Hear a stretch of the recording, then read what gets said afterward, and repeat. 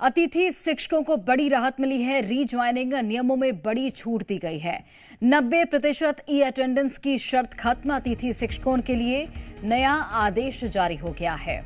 तो ये बड़ी खबर आप तक पहुंचा रहे हैं। अतिथि शिक्षकों को बड़ी राहत दी गई है और जो 90% ई अटेंडेंस की अनिवार्यता थी उस शर्त को खत्म कर दिया गया है।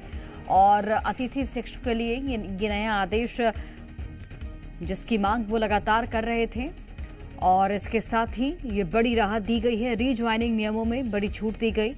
90% ई अटेंडेंस की जो शर्त रखी गई थी उसे खत्म किया गया है। रंजन भगत जुड़ गए हैं फोन लाइन पर। रंजन, ये बड़ी राहत अतिथि शिक्षकों को दी गई है। रीज्वाइनिंग नियमों में बड़ा बदलाव, क्या जानकारी? बिल्कुल, देखिए अतिथि शिक्षकों के लिए कहीं ना कहीं बड़ी राहत कह सकते हैं, क्योंकि जिस तरीके से पहले 90% अटेंडेंस जो है वो अनिवार्य कर दिया गया था अगर उनको रिज्वाइनिंग करनी है तो, लेकिन लगातार जो अतिथि शिक्षक है वो इस बात का विरोध कर रहे थे, जिसके चलते जो है ये फैसला लिया गया कि अब जो है 90% की जो अनिवार्यता है वो कहीं ना कहीं खत्म कर दी गई है।